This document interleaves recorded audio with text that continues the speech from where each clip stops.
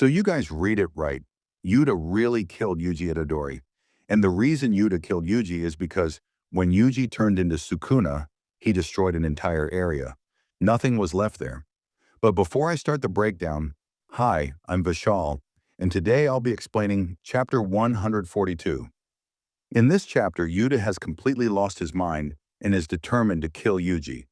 At the beginning, we see Yuta saving a child from a curse.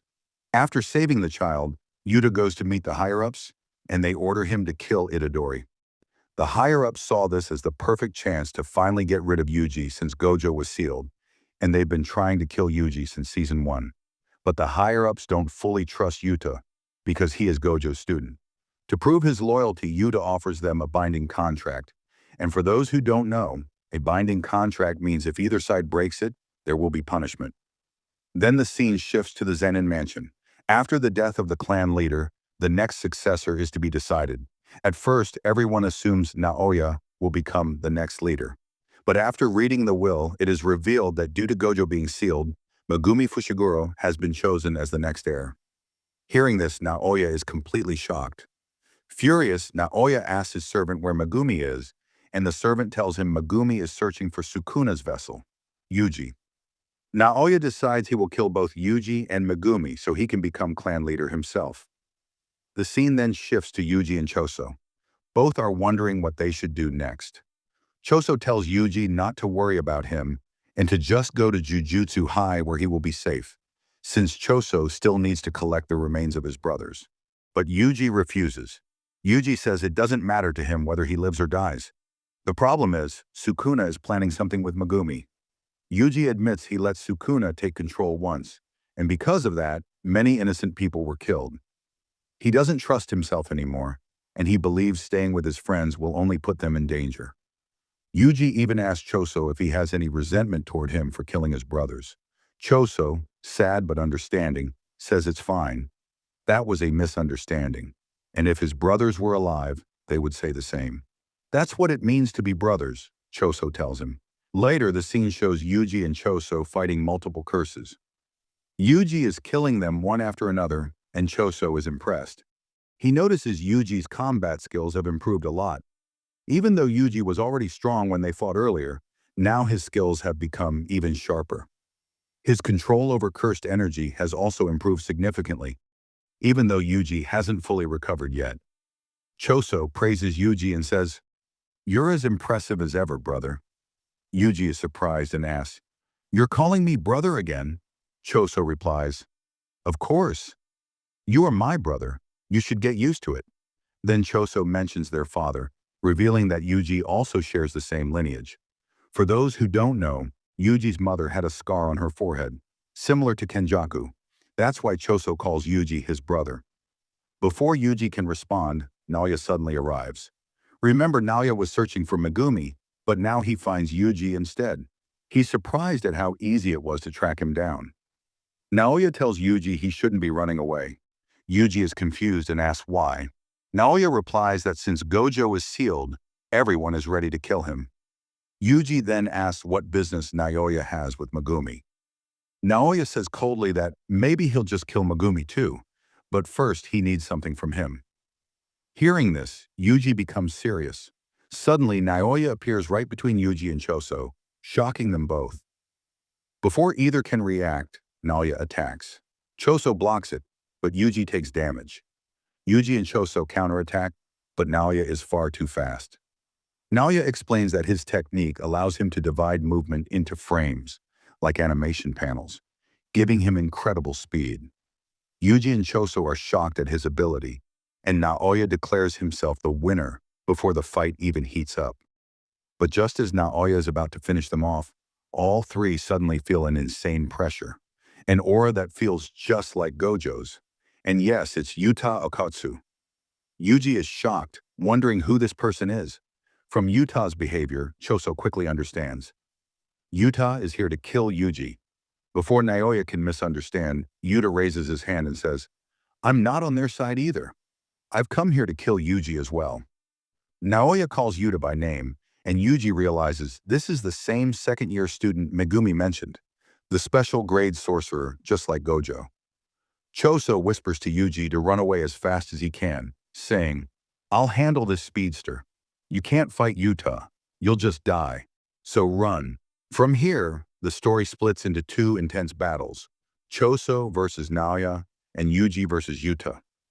Yuji runs at full speed, but Yuta chases him down with his katana, right on his heels. Yuji is shocked. Despite running his fastest, Yuta is still keeping up. Yuta himself is surprised too, realizing Yuji's physical abilities are far greater than expected. The scene shifts to Choso and Naoya's fight. Naoya's speed overwhelms Choso. Naoya believes piercing blood is Choso's only dangerous attack, and since that attack requires setup time, Naoya never gives him the chance to use it. Choso struggles as Naoya keeps pressuring him without pause. Meanwhile, Yuta fights Yuji. Yuta is physically weaker than Yuji, but he has immense cursed energy.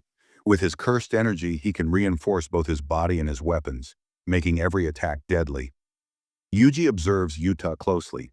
Yuta explains that compared to Gojo, he has even more cursed energy. But unlike Gojo, his cursed energy can run out. Gojo is stronger because his cursed energy never ends. Yuta then attacks Yuji directly. Yuji is shocked by Yuta's control, realizing Yuta uses cursed energy like a true master, distributing it evenly through his entire body and weapon, making his attacks unpredictable and lethal. Yuji struggles to keep up, barely surviving. Then he remembers Nanami's words, giving him motivation. He grabs a dagger from a wrecked car, imbuing it with cursed energy to counter Yuta's katana. But a dagger against a katana is no match. Every clash damages Yuji, and Yuta mocks him, saying he's focusing too much on the katana. Yuta kicks Yuji in the stomach, shattering his dagger, and slashes down with his sword. Yuji manages to trap Yuta's katana into the ground and even disarms him for a moment, surprising Yuta. Yuta realizes Yuji isn't an easy opponent. Just as Yuji is about to counterattack, a monstrous hand grabs him from behind. Rika, the Queen of Curses. Before Yuji can react, Yuta stabs him through the chest with his broken katana, whispering, "Sorry, Itadori." Yuji collapses, lifeless. Sukuna appears inside Yuji, shocked at first but then begins laughing. The scene shifts back to Choso versus Naoya. Their fight continues and Choso uses his blood techniques despite being heavily injured. Naoya injures him badly, causing him to lose massive amounts of blood.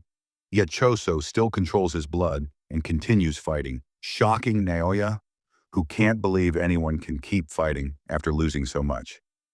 In the end, Choso manages to overwhelm Naoya with his blood manipulation and defeats him.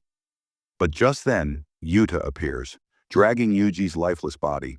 He punches Choso unconscious and heals Naoya, telling him to inform the higher-ups that Yuji is dead. The scene shifts again, to Yuji's past. We see Yuji in his father's arms, and Yuji's mother is revealed. Yuji's grandfather yells at Yuji's father, saying he knew he wanted a child but couldn't have one with Kari since she had died. Then a mysterious woman appears, with a scar on her forehead. The grandfather warns, "If you stay with her, you'll die." This reveals Kenjaku's possession of Yuji's mother. Suddenly, Yuji opens his eyes, alive again. Yuta is sitting in front of him. Yuji is shocked, wondering how he's still alive. Yuta laughs and explains everything. He says Gojo had told him to take care of Yuji no matter what, because once Gojo was gone, everyone would try to kill Yuji since he is Sukuna's vessel. Yuta reveals that as soon as Yuji's heartbeat stopped, the binding contract with the higher-ups was complete. After that, Yuta used reverse curse technique to bring Yuji back to life. This way, Yuji's execution is cancelled, because to the higher-ups, Yuji is already dead. While Yuji processes this, Megumi arrives. He tells Yuji to come to Jujutsu High with him, but Yuji refuses, saying too many innocent people have already died because of him, and he doesn't want to put his friends in danger, especially Megumi. Megumi insists it's not Yuji's fault, but Yuji doesn't believe him. Then Megumi reveals something shocking. Noritoshi Kamo has started the culling game, and to save his sister, he needs Yuji's help, and that's where the chapter ends. If you want me to bring more chapters, then please give a like and subscribe.